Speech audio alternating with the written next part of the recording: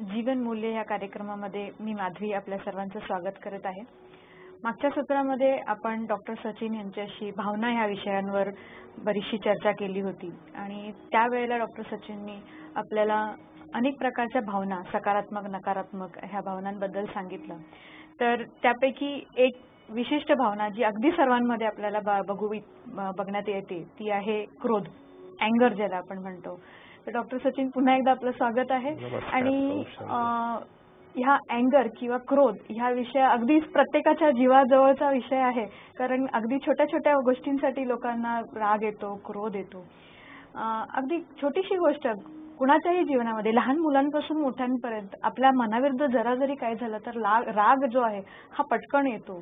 तर राग म्हणजे एक्झॅक्टली काय आणि ह्या भावना तुम्ही म्हणता की एक भावना आहे, तर एक्झॅक्टली राग म्हणजे काय आणि मला हे वैद्यकीय दृष्ट्याने माहिती करून घ्यायची की राग म्हणजे काय।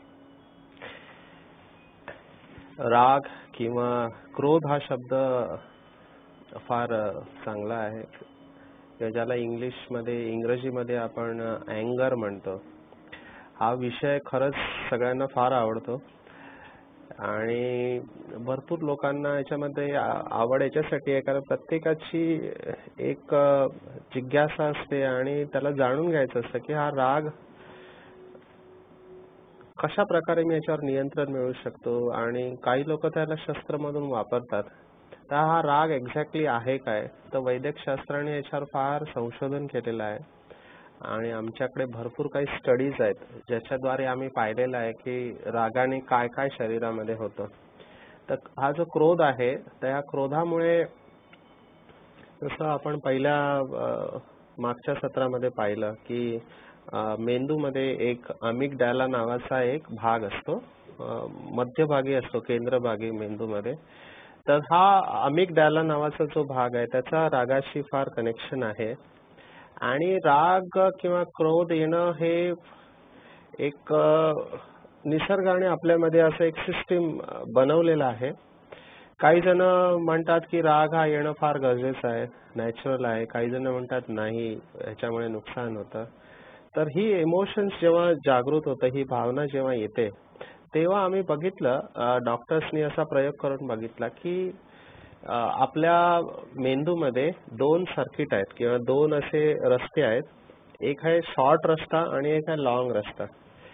तर जे राग येणारे लोक असतात त्यांच्यामध्ये शॉर्ट सर्किट लवकर होतं म्हणजे ते शॉर्टकट घेतात।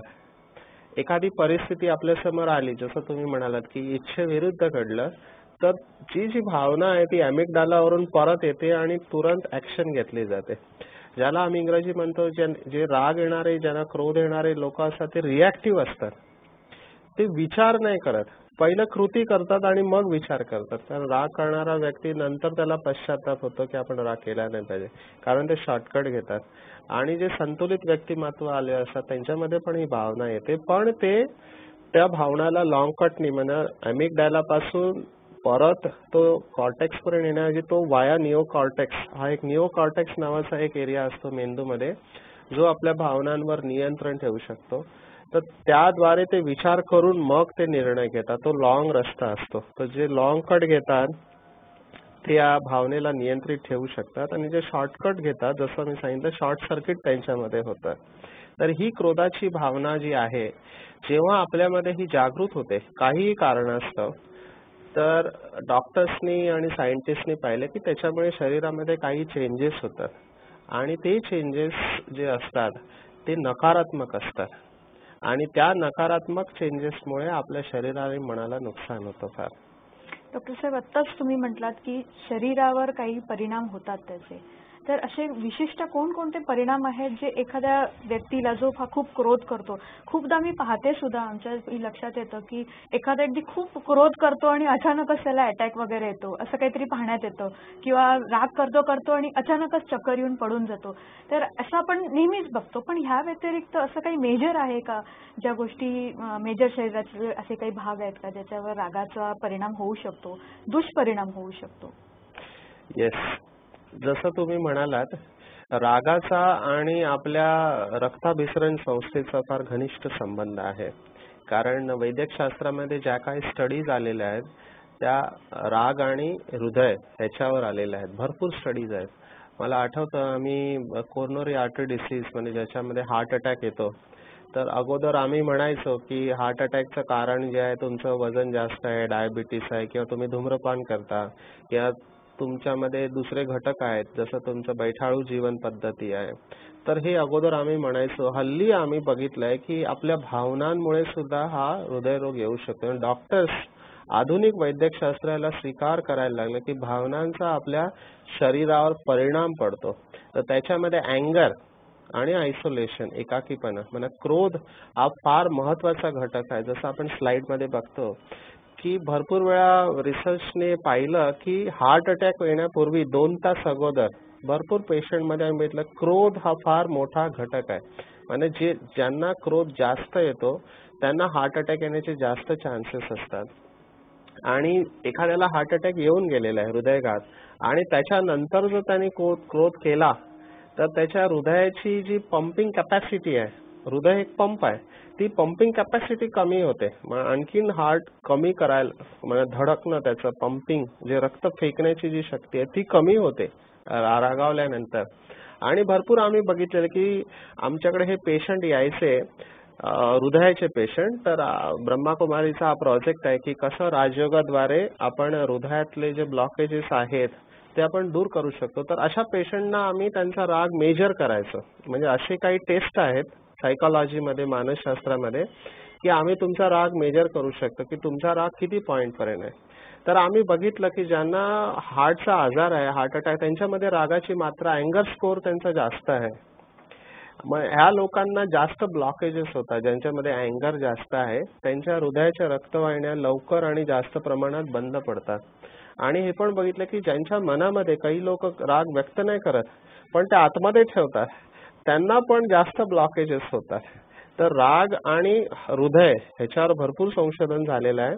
एक आणखी स्टडी जी मला आठवते आहे की एखादा व्यक्ती रागावला तर त्याची जी रक्तवाहिनी आहे ते रागामुळे आपल्या शरीरामध्ये असे काही रासायनिक पदार्थ निघतात ज्याला आम्ही ॲड्रिनालिन आणि कॉर्टिसॉल नावाचे म्हणतो. तणावाचे हे हार्मोन्स आहेत.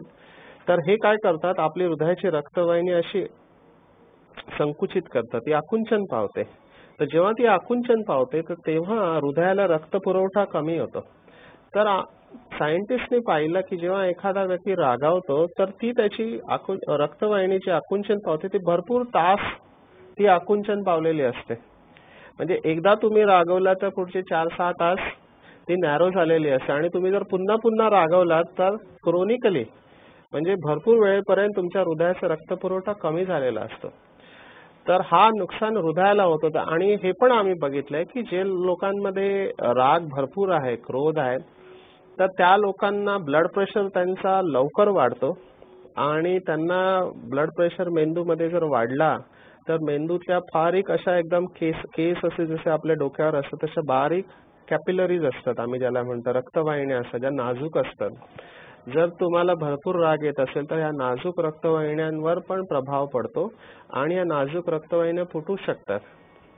आणि आपण पाहिलेलं आहे की ज्यांना भरपूर राग येतो त्यांना पॅरालिसिस किंवा अर्धांगवायू आपण ज्याला म्हणतो तो आजार पण या लोकांमध्ये जास्त असतो. आणखीन आम्ही बघितलंय की रागामुळे आपल्या शरीरातल्या ह्या 2 संस्था आणि त्याच्याबरोबर आणखीन पण ज्या आहे, जसं ऍसिड आहे पोटामधलं, ते ऍसिड पण जास्त निघण्याची शक्यता असते. कारण रागवणारी जी व्यक्ती असते त्याला नेहमी घाई असते. आणि आपण बघितलं की अल्सर हा जो पेप्टिक अल्सर किंवा पोटाचा अल्सर जो आहे त्याच्यामध्ये ह्या व्यक्तींना हरी सिकनेस ज्याला आम्ही म्हणतो तो असल्यामुळे ऍसिड पण भरपूर जास्त निघतं आणि पोटाचे पण आजार होऊ शकतात. तर रागामुळे आपल्या शरीरामध्ये भरपूर ठिकाणी नुकसान होऊ शकतं, पण सगळ्यात जास्त स्टडी हृदयावर आहेत. डॉक्टर साहेब, खूप छान माहिती तुम्ही सांगितली की हृदयावर खूप त्याचा परिणाम होतो. आणि एक अगदी अशी सहज अशी पण म्हण आहे की डी जर अँगरच्या पुढे लावला तर तो डेंजर होऊन जातो. तर हार्टसाठी ते किती डेंजरस आहे हे लक्षात घेता मला आपल्याकडून हे जाणून घ्यायचंय की काही असे स्पेसिफिक चिन्ह किंवा सिम्पटम्स आपण ह्याला म्हणू शकतो जे तुम्ही आम्हाला सांगाल की एक सर्वसामान्य मनुष्य म्हणून की मी ओळखू शकेन की आता ह्याचे माझ्यावर इफेक्ट्स होत चाललेले आहेत, तर असे काही चिन्ह एनी सिम्पटम्स आहेत का जे जेणेकरून आपण ओळखू शकतो की आता हे मेजर जे आहे, कारण तुम्ही म्हटलात की आम्ही ब्रह्मकुमारीमध्ये मेजर्स करतो, तर हे एक्झॅक्टली मेजर्स काय असतात आणि सर्वसाधारण माणूस ह्याला स्वतःहून मेजर करू शकतो का की माझ्यामध्ये किती राग उत्पन्न व्हायला लागलेला आहे? स्वतःपेक्षा दुसऱ्या व्यक्तींना जास्त माहिती असतं की माझ्यामध्ये किती राग आहे ते. हे जे मेजरमेंट म्हटलं, हे मेजरमेंट क्वालिफाईड सायकोलॉजिस्ट असतात तेच करू शकतात. कारण हे क्वेश्चनर असतात, प्रश्न असतात, ते तुम्हाला भरायचे असतात. त्याच्यामध्ये काही पॉझिटिव्ह असतात, काही निगेटिव्ह प्रश्न असतात, मुद्दामून टाकलेले असतात. तर ते तुम्ही स्वतः घरी बघून चेक करू शकत नाही. त्यासाठी क्वालिफाईड सायकोलॉजिस्ट लागतो, सर्टिफाईड सायकोलॉजिस्ट लागतो. पण तुम्ही स्वतःमध्ये बघू शकता. जसं आपण मागच्या सत्रामध्ये पण पाहिलं की भावनांवर नियंत्रण ठेवण्याची अतिशय सोपी पद्धत आहे की स्वतःला पाहणं, ज्याला आपण स्वाध्याय म्हणतो, स्वतःचं अध्ययन करणं, किंवा प्रेक्षा म्हटलेलं आहे, किंवा विपश्यना, ह्या सगळ्या पद्धती आहेत, किंवा राजयोग ध्यान आहे. खुद को देखो, स्वतःला पहा. जेव्हा आपण स्वतःला पाहायला लागतो तेव्हा मला कळतं की मी जेव्हा रागावतो तेव्हा मी अस्वस्थ होतो. ठीक आहे ना. मग तो व्यक्त केलेला राग असो किंवा दाबलेला राग असो, मला अस्वस्थ वाटतं, किंवा माझ्या हृदयाची गती वाढायला लागते, धडधड मला होतं, किंवा माझे हात कापायला लागतात. ठीक आहे.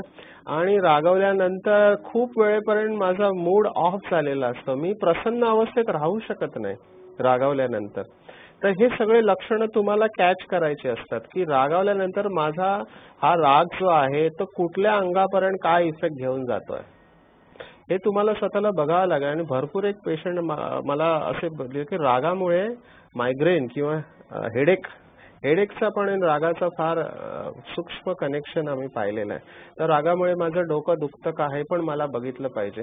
तर कुठे माझा राग कोणत्या अंगावर जातो हे स्वतः मला चेक केलं पाहिजे. तसं आम्हाला कळतं की रागावले की ब्लड प्रेशर वाढतो, किंवा झोप तुमची डिस्टर्ब होते, किंवा भुकेवर त्याचा परिणाम घडतो, किंवा डोळ्यांना दिसणं त्याच्यामध्ये फरक पडू शकतो. तर तुम्हाला स्वतःला चेक केलं पाहिजे की हे लक्षणं माझ्यामध्ये आहेत का. पण त्यासाठी सखोल स्वतःचं निरीक्षण आवश्यक आहे. सर्वसाधारणपणे राग आणि तणाव ह्याचं फार कनेक्शन आहे. जसं जे स्ट्रेसमध्ये लक्षण दिसतात तर अँगरमध्ये पण ही लक्षणं दिसतात, क्रोधामध्ये दिसतात. तर मला स्वतःला चेक केलं पाहिजे की प्रामुख्याने जी लक्षणं क्रोधामध्ये दिसतात ती म्हणजे हात कापणे, ठीक आहे, बोलताना स्पष्ट शब्द न निघणे, तोंड सुकणे, किंवा हृदयाची गती वाढणे, किंवा चक्कर आल्यासारखं वाटणे, किंवा डोकेदुखी, ठीक आहे ना, किंवा अस्वस्थ वाटणे. तर ही लक्षणं असू शकतात. तर मला ते स्वतःला चेक केलं पाहिजे की माझ्यामध्ये कोणती लक्षणं आहेत, आणि त्यानुसार जसं मी ह्याच्यावर नियंत्रण करत जातो ह्या रोगामध्ये, किती त्याच्यामध्ये फरक पडत चाललेला हे मला स्वतःला कळायला लागतं हळूहळू. आणि मग मी स्वतःलाच परिवर्तन करायला लागतो. आणि त्या पद्धतीमुळे जे आपण आता डिस्कस करणार आहोत, ज्याच्याद्वारे आपण रागावर नियंत्रण करायला लागलो, की आपण स्वतःला त्या शांत अवस्थेमध्ये जास्तीत जास्त ठेवायचा प्रयत्न केल्यावर ही सिम्पटम किंवा हे लक्षण माझं कमी होत चाललेलं आहे, मला स्वतःला कळायला लागतं. डॉक्टर साहेब, तुम्ही तर आता जी माहिती दिली ती खूपच छान, पण माझा पण कधी कधी असा एक वैयक्तिक अनुभव झालेला आहे की काही गोष्टी जेव्हा हव्या असतात, करून घ्यायच्या असतात, त्यावेळेला क्रोध हा करावा लागतो, थोडासा राग करावा लागतो. तर कारण राग केल्याशिवाय होत नाही, असं एक नॉर्मल टेंडन्सी झाली आहे, वृत्ती म्हणा, ॲटिट्यूड म्हणा, असं झालेलं आहे. तर तुमचं ह्या बाबतीत काय म्हणणं आहे की गरजेचं आहे, म्हणजे अँगरला जसं तुम्ही आधी म्हटलं की काही लोक ह्याला पॉझिटिव्हली घेतात, काही लोक सकारात्मक घेतात किंवा काही लोक नकारात्मक घेतात, तर मग ह्याला सकारात्मक म्हणावं का नकारात्मक म्हणावं, काय ह्याच्याबद्दल तुम्ही काय सांगाल? कारण एक सर्वसाधारण लोकांची अशी एक समज आहे, राग केला नाही तर काम होणार नाही. तुम्ही ऑफिसेसमध्ये लेक्चर्स देता, तिथेही तुम्हाला माहिती आहे की वर्कलोड किती असतो, आणि अशा वेळेला बॉसेसना म्हणा किंवा घरात सुद्धा लहान मुलांना अगदी आईला रागावाच लागतं, नाही तर ते मूल ऐकत नाही. तर हे करणं गरजेचंच आहे का? छान प्रश्न आहे, आणि हा भरपूर कॉमन प्रश्न आहे जो आम्हाला विचारला जातो. मला पण आठवतं जेव्हा मी एका मल्टीनॅशनल कंपनीमध्ये कामाला होतो, तर बॉसने मला, Sachin you have to be aggressive, तुला फार ॲग्रेसिव्ह असलं पाहिजे. तर मी म्हटलं ॲग्रेसिव्ह जरूर आहे काय, तुम्हाला काम झाल्याशी मतलब आहे ना, तुम्हाला काम झाल्याशी मतलब, पण ॲग्रेसिव्ह न होता देखील मी माझं काम करू शकतो, हा बिलीफ किंवा ही मान्यता अजूनपर्यंत एवढी रुजलेली नाहीये. कारण आपण चारी बाजूला जे बघतो की हा रागावला आणि ह्याचं काम झालं, याचा अर्थ रागावल्याने काम होतं, त्याच्याशिवाय काम होत नाही, हा मेसेज आहे. इथे here I would like to differ. माझं असं वैयक्तिक मत आहे की रागावल्याने काम होणं ही एक मान्यता आहे. का मी असं म्हणतो, कारण आपण असे फार कमी लोक म्हणतो जे न रागावता काम करून घेतात. तर इंग्रजीमध्ये ह्याला 2 शब्द आहे, एक आहे अग्रेसिव्ह असणं आणि एक असर्टिव्ह असणं. असर्टिव्ह असणं किंवा स्वानुग्रही असणं खूप छान आहे, पण अग्रेसिव्ह असू नये, कारण अग्रेसिव्हमुळे स्वतःचं पण नुकसान होतं आणि दुसऱ्याचं पण नुकसान होतं. हे आपल्याला तेव्हा कळत नाही. भरपूर काही उदाहरणं देता येतील आपण याच्यामध्ये. इव्हन फॅमिलीमध्ये काही सगळे परिवारवाले टीव्ही बघत असतील तर भरपूर आई वडील आम्हाला सांगतात की जेव्हा मी रागावते मुलावर तेव्हा तो अभ्यास करतो, नाहीतर तो अभ्यास नाही करत. तर आम्ही चर्चा केली जेव्हा मुलांशी आणि परिवारशी, तेव्हा कळलं की त्या मुलांनी सांगितलं की जेव्हा आई रागावते किंवा वडील रागावतात तेव्हा आम्ही फक्त पुस्तक घेऊन बसतो, आतमध्ये काही जात नाही आमच्या. आम्ही फक्त दाखवण्यासाठी पुस्तक बोलतो. तुम्हाला वाटतं काम होतं असं, किंवा एखाद्याने काम केलं जरी तरी तुम्ही त्याचं हृदय जिंकून घेत नाही, मग तो तुमचा सहयोगी राहत नाही. तर माझं असं वैयक्तिक मत आहे की रागावल्याने काम होतं ही एक बिलीफ आहे आणि याला बदलणं आवश्यक आहे. आपल्याला अशा पद्धती डेव्हलप केली पाहिजे की न रागावता देखील आपण काम करू शकतो, आणि अशा आहेत पद्धती. आपली पर्सनॅलिटी, आपलं व्यक्तिमत्व कसं आहे, आपण कशा प्रकारे लोकांना हाताळतो, आणि ती कला जर आपण शिकून घेतली असर्टिव्हनेसची, तर आपण आपलं काम न रागावता देखील करू शकतो, असा माझा वैयक्तिक अनुभव आहे. आणि इट इज पॉसिबल. आणि याचा फायदा असा होतो की आपल्या शरीरावर नुकसान होत नाही आणि संबंध आपले चांगले राहतात. कारण भरपूर लोक म्हणतात हा बॉस आहे ना रागावतो म्हणून आम्ही काम करतो. मग तुम्ही त्या बॉसला स्वीकार नाही करणार कधी, तो तुमचा लीडर असू शकत नाही. ठीक आहे ना. It's a fear is a bad motivator असं आम्ही म्हणतो. सो रागावल्याने जर तुम्हाला काम करून घ्यायचं असेल, yes it is your choice, पण you must be ready for heart attack और ब्लड प्रेशर आफ्टर दॅट. कारण हळूहळू तो तुमचा स्वभाव बनायला लागतो आणि तुम्हाला असं वाटतं की रागवल्याशिवाय कामच होत नाही. तुम्ही काम करून घेता, पण ॲट सम कॉस्ट तुमच्या शरीरावर मनावर त्याचा डेफिनेटली इफेक्ट पडतो. आणि पर्यायी जर आपण स्वानुग्रही झालो, आपला विचार चांगल्या प्रकारे पटवून दिला समोरच्याला आणि त्याला प्रेमाने किंवा समजावून चांगल्या प्रकारे त्याचा वापर करून घेतला, आणि हळूहळू आपल्याला कळायला लागलं की रिलेशनशिप जर आपण चांगलं ठेवलं तर आपण कार्य करून घेऊ शकतो, तर मग आपला ही मान्यता ही बदलायला लागते. It's a slow process. सध्या 99% लोक कदाचित रागाने काम करून घेत असतील, 1% असे लोक असतील जे न रागावता देखील आपलं काम करून घेत असतील. पण माझा असा विश्वास आहे की हळूहळू हे 1%चं प्रमाण वाढत जाईल, आपण न रागावता देखील काम करून घेऊ शकतो. डॉक्टर साहेब, तुम्ही म्हणतात की न रागावताही हे काम करून घेऊ शकतो, पण कित्येकदा तरी आम्ही अशाही लोकांना भेटलेले आहेत की जे असं म्हणतात की इतका कधीतरी आमचा अपमान झाला, मला इतका राग आला की त्याच्यामुळे मी स्वतःला इतकं बदललं की माझ्याकडे बरंच काही मला जे हवं होतं ते प्राप्त झालं, ज्याला आपण म्हणतो की पॉझिटिव्ह रिसोर्सेस त्यांना उपलब्ध झाले. तर असंही काही सायकोलॉजीमध्ये आहे का की जेणेकरून राग आल्याने चांगलं घडलेलं आहे कुणाबरोबर, असंही घडतं का? येस, हा फार सुंदर विषय आहे. ह्याला आम्ही इंग्रजीमध्ये सबलिमेशन म्हणतो किंवा ऊर्जेचं परिवर्तन. मागच्या सत्रामध्ये आपण बघितलं की कोणतीही भावना ही सकारात्मक किंवा भावना ही भावना असते, न्यूट्रल असते, त्याला आपण रूप देतो. जर तुमच्यामध्ये ही भावना आली तर त्या भावनेला तुम्ही एक दिशा दिली, त्याचं रूप परिवर्तन केलं, तर यस तुमच्या जीवनामध्ये श्रेष्ठ परिवर्तन घडू शकतं. भरपूर उदाहरणं आहेत अशी. जसं एखाद्या मुलामध्ये भरपूर राग असेल, भरपूर राग आहे, त्याला प्रत्येक गोष्ट तो फेकून मारतो, उचलतो आणि फेकतो, तर आम्ही बघितलं की त्याच्यामध्ये एनर्जी आहे, भरपूर एनर्जी आहे. फक्त त्या एनर्जीला किंवा त्या ऊर्जेला दिशा देणे आवश्यक असतं. तर आम्ही अशांना सांगतो, जेव्हा असे पालक आमच्याकडे येतात की आमच्या मुलाला भरपूर राग येतो तर काय करायचं, तो काय ऐकत नाही. म्हटलं खूप छान आहे. जेव्हा त्याला म्हणतो खूप छान आहे तेव्हा त्यांना धक्का बसतो, खूप छान का म्हणतो. म्हटलं व्हेरी गुड. फक्त या एनर्जीला दिशा देणं आवश्यक आहे. राग ही अतिशय सुंदर एनर्जी आहे. जेव्हा राग येतो व्यक्तीला तेव्हा त्याच्यामधली शक्ती वाढलेली असते, आणि ती शक्ती एवढी वाढलेली असते की त्या रागाच्या भरात तो काहीही करू शकतो. फक्त त्या शक्तीचा आपण सुयोग्य वापर करून घेता आला पाहिजे. तर अशा मुलांना ज्यांच्यामध्ये राग भरपूर आहे, आम्ही काय सांगतो की तुम्ही स्पोर्ट्समध्ये त्यांना घाला. जसं तुमचा जो राग आहे तो सगळा तुम्ही फुटबॉलवर काढा. So they become best footballer, football चांगला खेळतात. किंवा क्रिकेट, भारतामध्ये तर क्रिकेटची पंढरी भारताला म्हणतात. तर चेंडू फेकण्यामध्ये तुमचा राग येऊ दे, अग्रेशन येऊ दे तर तो पॉझिटिव्हली तुम्ही त्याला दिशा दिलेली आहे. तर यस, या ऊर्जेला आपण सकारात्मक दिशेने टाकलं तर आपण त्या ऊर्जेचा चांगला फायदा करून घेऊ शकतो. म्हणजे ह्यालाच आम्ही म्हणतो कंट्रोल्ड एनर्जी. भावनांवर नियंत्रण ठेवणं म्हणजे काय करणं, आपल्या ऊर्जेला, जी आपल्यामध्ये ऊर्जा येते त्याचं एक तर रूप बदलणं किंवा त्याला दिशा देणं. हे जर आपण शिकून घेतलं तर आपण जीवनामध्ये सफल होऊ शकतो. माझा स्वतःचा अनुभव आहे की जेव्हा मला कमी मार्क्स मिळालेले 11वीला, तर माझ्या वर्गमित्रांनी मला सांगितलं की ह्याला जर इंग्रजी येत नाही तर हे कशाला सायन्सला येतं. आय टूक इट. त्याच्यामुळे माझ्यातली एनर्जी जागृत झाली आणि मी फक्त त्याला दाखवण्यासाठी एवढा अभ्यास केला की मला स्वतःला 11वीला प्रमोट केलं गेलेलं, पण 12वीला मला पीसीबी सब्जेक्टमध्ये 91% मार्क्स मिळाले. तर हे त्याच्यामुळे झालं की आय टूक it as a challenge and I converted that energy into positivity. तर अशा प्रकारे आपण जर पॉझिटिव्हली घेतली परिस्थितीला तर आपण या रागाच्या ऊर्जेला परिवर्तन करून जीवनामध्ये पुढे येऊ शकतो. खूप सुंदर अशी चर्चा चालू आहे, परंतु वेळेअभावी आम्ही हे सत्र आता इथेच थांबवणार आहोत. आणि ह्या सत्रात डॉक्टर साहेब तुम्ही खूप सुंदर माहिती देत आहोत. आपण पुढच्या सत्रात हा भाग नक्कीच घेणार आहोत. तर श्रोते हो, हा जो काही आपण अँगर किंवा क्रोधावर जे काही पाहिलेलं आहे, ह्याच्यासाठी आपल्याला अधिक काही माहिती हवी असेल तर कोणत्याही स्थानिक ब्रह्मकुमारी सेवा केंद्रावर तुम्ही नक्कीच भेट द्या.